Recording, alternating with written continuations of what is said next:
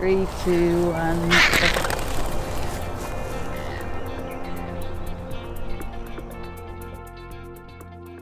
We have a country that has got an amazing variety of species that occur here. And sure, Latham snipe is not just an Australian bird, it's also a Japanese and a Russian bird, but it's a unique bird to this country in its own way. And it's part of that whole ecosystem which contains this huge number of different species, and that diversity is what makes an ecosystem function. The thing that I guess would disturb them the most is if something happened to their roost site. So if they didn't have good cover while they're overwintering, they really need to fatten up while they're in Australia. So it's really about land management that protects their roost sites and enhances their foraging areas. It's so amazing when we learn about, their journeys and where they go, and really important to understand their staging places along the way where they stop and feed. And if this habitat or other habitats like it are threatened, then that bird's future is in question. And I love the birds, they're so cute. It's really fun to tag them and survey them, see how they're doing. We actually recaught a bird from 6 years ago, so now we know that they can live up to 6 years. That was really good to find out. You learn so much, and I appreciate this opportunity for the past 10 years and being able to do this work.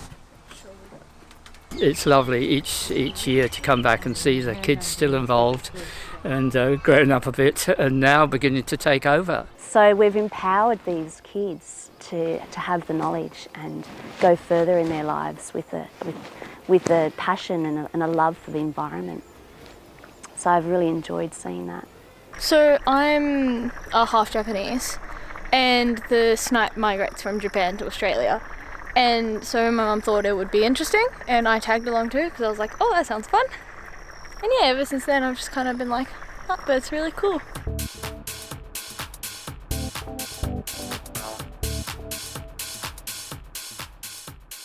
It's just a really unusual, beautiful bird, and I think it's sort of everyone who sees one in the hand, it sort of captures their imagination a bit. It's like, wow, look at this beautiful little bird with this beautiful plumage that flies all the way to Japan and back.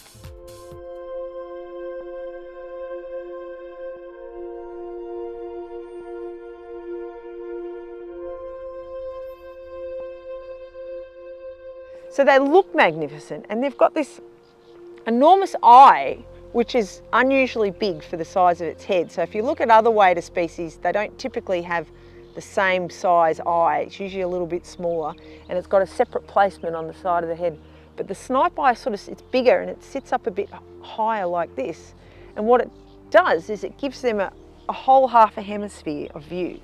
So for us as humans, if I want to see what's behind me, I have to turn my head and look over my shoulder. If I want to see what's above me, I have to look up. But a snipe doesn't need to do that. It can see behind it and in front of it and all around it and over it. And I always find that really fascinating. Right, and then you want us to meet here at 5 or be down at the wetland at 5? I'll leave here at 5, so meet here at 10 to 5. Okay, 10 to 5. And so Dr. Birgitta Hanson's the lead on this whole project, and she started the project in Port Fairy in 2014 because the council were developing wetlands down there, and the community wasn't going to settle for it, so they ended up in Land and Environment Court, and she was the expert witness. And so they sort of had a partial win. They didn't save all the wetlands, but they saved a reasonable amount, and that's how the project started. And then we just expanded to Canberra because we had such a great population here. When we were doing that case, both the proponent for the developer and the council were trying to argue that it won't matter if we damage or destroy this site because the snipe will just go somewhere else. And this is an argument we hear all the time in shorebird and bird conservation. It's actually a very frustrating argument because it's like, well, that's not necessarily how it works. And where's your evidence that there are other areas for birds to go to? So in the wake of that case, we decided, so myself and the Landcare group members, Jodie Honan and Don Stewart, went, let's start monitoring the species in the area and find out if this is actually the case. Through this almost ad hoc process, started to get other people interested who started surveying snipe in their local sites at the same time we did, and we've rolled it into this ongoing program. done everything, radio tracking, leg flagging, geolocation, done satellite, and now these GPS Bluetooth devices, which seem to be quite good. And it's been really interesting to see how the project's developed, in particular the technology for the transmitters, the different sorts of transmitters that are being used over the years, and it gets better and better every year, which is fantastic, and the data is just improving considerably. And we had to develop a customised method to survey Latham snipe because the methods they use for other migratory shorebirds aren't suitable for snipe, you just don't detect them. And people have picked that method up and they've carried on with that method, and it's just sort of grown since then.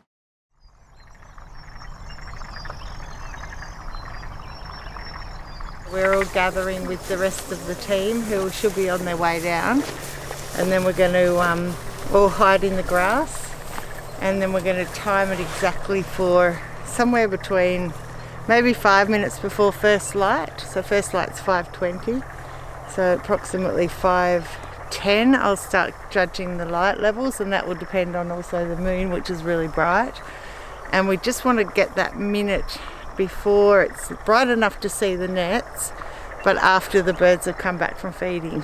So you've literally got a window of maybe 5 minutes. So they'll all come back in and we'll all be quietly hiding in the grass, wait for the light to be right, and then we'll flash them in a big arc. With all the team members will walk at the nets in an arc. And then when we get to the nets... Well, I think it was in that first or second year, we already had some people from interstate getting involved. So it was not long after that Laurie Gould contacted me saying that they were interested in setting some work up here at Jerrabomberra Wetlands because they had snipe population here. They didn't know much about it. So she got in contact, and Canberra ornithologist group came on board around that time as well. Some individuals started counting birds. So again, it was that really organic process where we sort of got connected with people. So today what we thought we might do is, you know how we had 2 people walk at that far net? Yeah. We thought we won't do that today, we'll just go at it from this direction. Do you want me to be on the end so that you so see we me? know where the end is? Yeah, you'd just be sort of this side walking that way. And then we'll just sort of come around. Jerrabomberra Wetlands is a very strange area. It's a nature reserve, but it's a novel ecosystem, so it's very much the product of a lot of grazing and past dairying, and then we have a poo farm and we have a lot of development, and Canberra's first tip is on our boundary. They dumped 80,000 cubic metres of fill from the new Parliament House here and then declared it a nature reserve, and then it was largely neglected for many years. The bird watchers of Canberra fought for many years to have it declared a nature reserve, and the government did that but then didn't do much about ensuring the quality of the habitat. A lot of the grasses here are exotic. A lot of the wetlands would have once been a floodplain but are now wetlands. So the whole habitat is actually not a natural ecosystem, but it functions really well. These birds are using little areas of wetlands that we would have really not seen to have any value, and not understanding how important these small, insignificant wetlands that we just drive past or just give a cursory glance to, just how critical they can be to the snipe and probably a whole lot of other water birds as well. And making sure that the birds feel safe in the reserve, and they know that it's their home and they're not going to be intruded upon. And we have over 200 species of birds living or visiting the reserve. See that will need to be cut. That edge will need to be cut sometime. Yeah, and from what we've cut already, it's grown. We need to maintain those numbers through management, and that management could be either cool burn, weeding, mowing areas at the right time, cattle grazing restrictions along riparian zones. So those are some of the management issues we have to try and maintain or enhance the numbers of Latham snipe in the reserve. All the other cycling paths. Woodlands and Wetlands Trust was set up by a previous government when the Chief Minister at the time realised that there was 2 areas in the ACT, Mulligan's Flat and Jerrabomberra Wetlands, which were right next to rapidly developing areas. And so there'd be great pressure on these areas. They would work together with the government has ultimate management responsibility, but the trust is there to try and develop the educational opportunities available through here to engage the wider community in looking after the wetlands. So the Australian River Restoration Centre really focuses on helping people to protect and restore rivers so that they can take action. And this Latham Snipe project is a fantastic example of volunteers getting out there, learning more about birds, and really importantly learning about the habitat that birds need. So here at Jerrabomberra Wetlands is perfect habitat for the Latham snipe, and you've got these fabulous reeds, you've got some open patches of water, got huge diversity of birds, and none of that can happen unless we look after those habitats.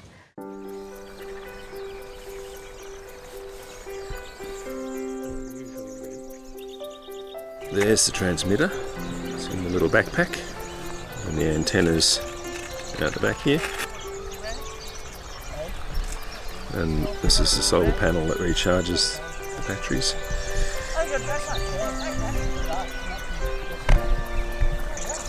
Okay, let's pop you back in the bag.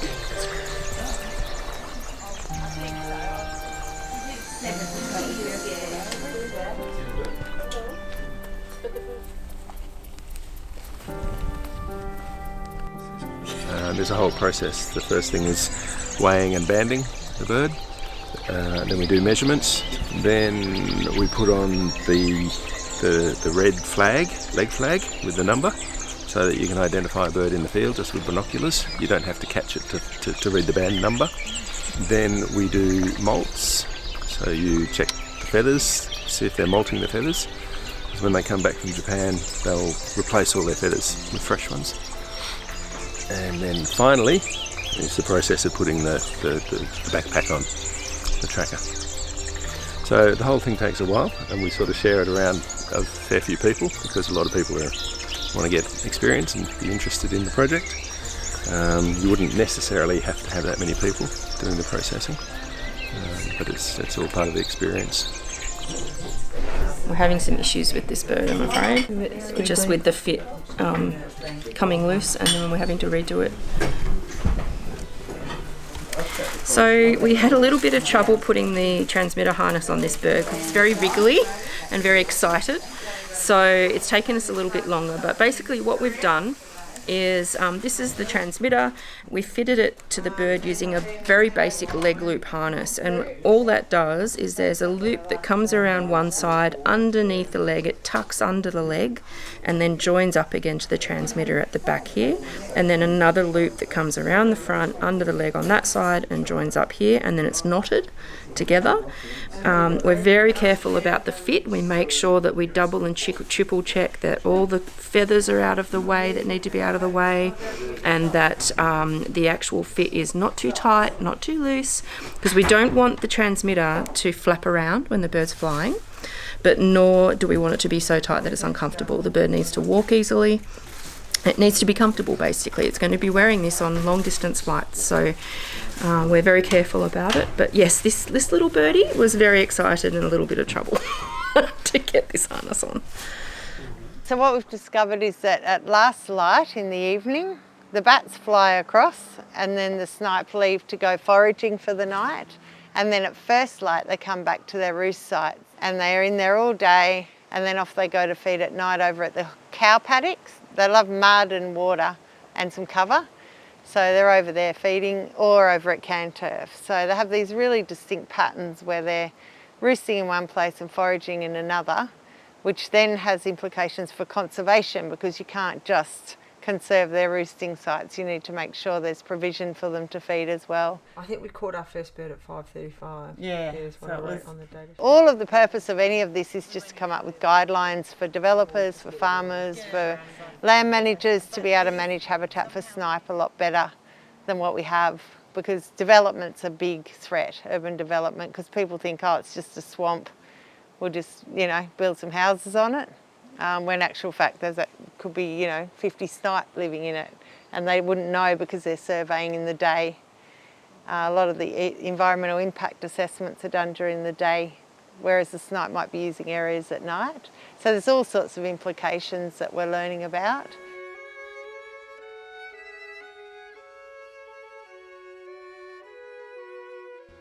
続いて特集です。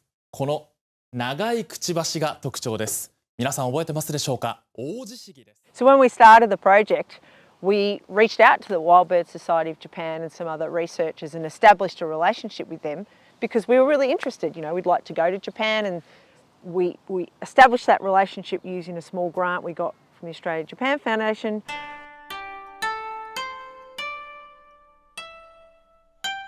So the first time we went over to Japan, we go to Lake Utenai, which is up in Hokkaido. So we went over there to help them do surveys and to meet them and everything. And then they came here to help us do catches. 北海道から南へおよそ1万キロ。 So the Japanese have come over here on several occasions now, which has been fabulous. We've been able to host them here. Unfortunately for them, they came during the 2020 bushfires. So we all struggled a little bit here in Canberra catching. They're only here for a week. They're only coming to Canberra to do sniping, and it was just smoke and everywhere was shut. They're standing out there in the smoke with their Aussie flags. We're thinking, oh goodness. オーストラリアから渡ってきたオオジシギを数える生息数調査で I had been in contact with someone who is in Russia, Pavel Titarov, who was living on the island of Sakhalin, which is just north of Japan. And so Sakhalin is within the breeding range of Latham snipe. So it's a very remote part of the world, and it's a difficult part of the world, I think, for people to live in. So Eastern Russians are just they're really tough people living in a really tough environment with all these amazing birds. One of these birds carrying these Bluetooth tags, which are intended to collect local data, so we can learn about Canberra, flew to Russia and came back, and we picked up the tag when the bird came back. And so that's the first confirmed record we have of one of our birds going to Russia. We suspected they did, and we know there's a big population of snipe in Russia, but making the connection between the birds you see there and the birds you see in Australia is a little bit harder. So that was the first confirmed tagged bird of ours that went to Russia and bred there and came back, and we were really excited about it. Laurie, I've got some recording of the snipe calls from Sakhalin when I was there in 2019. Cool. Yeah, right. Which I just took on this phone, so I'll just play those. And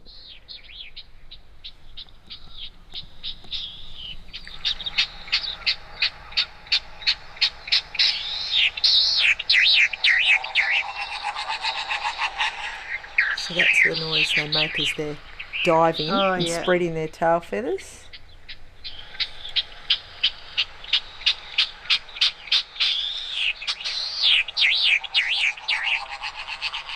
Very different to how they are in Australia. Yeah, they definitely don't make that call in Australia. Not at all. 実は過去の GPS 調査では北海道からまっすぐ I took a whole bunch of kids over there on the children's collaboration, international collaboration, and we went and talked to schools and we talked to the mayor about how important the snipe were, and it gave the Wild Bird Society a platform because we were international guests, and so we did get an audience with officials and things.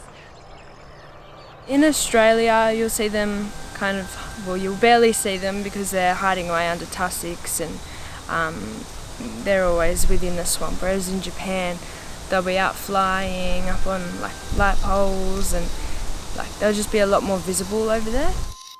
So we've been trading ideas and science, but also opening it up to our children and our volunteers, who we call the Young Rangers program, and they call theirs the same. And we just keep in communication, and now we're sharing science to do some joint papers, and yeah, it's really cool. There'd been some information coming out of Russia to suggest that they were breeding there in bigger numbers than perhaps we thought they were, because they're thought to decline in Japan. They used to breed all across Japan and now really mostly breed in Hokkaido and uncommonly elsewhere. So we've got this change in the population going on in Japan, and then there's apparently an opposite change going on in Russia. This is my mum. Hello. This is Miyako, or Mia for short. Yeah. She's my mum. She's pretty great, honestly. It's my 5th season. So since 2019, 2020-ish. Yeah. But originally we started volunteering from Mulligan's Flat, and then we came here for turtle nest protection volunteering work. So we came here for training, and then my daughter found a little booklet. Oh, Mom, this one is written in Japanese, which is really impressed. And then I read that booklet and then found out this little bird is from Japan. And then I'm from Japan too. People are so generous and so passionate. Every now and again someone drops out for various reasons. Often they just don't have the time anymore. But then we have new people come on board. And there's absolutely no doubt between that survey, that monitoring program, and then the catching program we've been running here in Canberra, that we have had the most extraordinary contribution from volunteers, both amateurs and professionals, on their own time, and that's what's made the success of this project. I've been associated with the wetlands for 30 years, 40 years maybe. I've been with the Latham Snipe project since the start of 2015, so when I was 9 years old. And I started with my mum, Laurie, back in Ballarat in Victoria. When I was really young, like when we first started, I remember it all being like really interesting and like a new thing for me, getting up early, going out and catching the birds. And we were still kind of experimenting with how to catch the birds and techniques to use. I've been part of the project for 8 years now, since it started in Canberra. My aunt, Laurie Gould, got me into it when I was about 10. I've recently got into bird banding, so I'm hoping to get my A-class licence. Bird banding is putting metal rings on birds. I mostly do bush birds, so this was interesting from that perspective. To band a snipe, it's a privilege. The crew's been amazing pretty well the whole way through. There's been a very good mix of older and younger and experienced and inexperienced people that have come through the program. It's definitely expanded in its numbers in the last few years.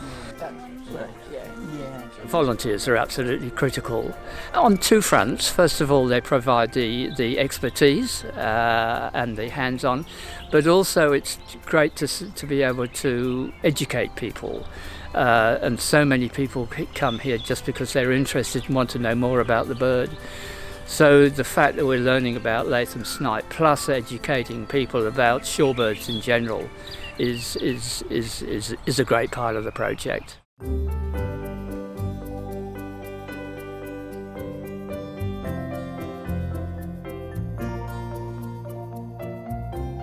So we need to think about protecting this species, understanding what it needs, and how do we manage that amongst the need to, house people and feed people. And so it's a real conservation challenge, and we hope through this project we can improve the lot for Latham snipe, but also build understanding in the broader community about this species and what they need and how we can manage that into the future, particularly in our urban areas, somewhere like Canberra or Melbourne. Was that short enough? Fantastic.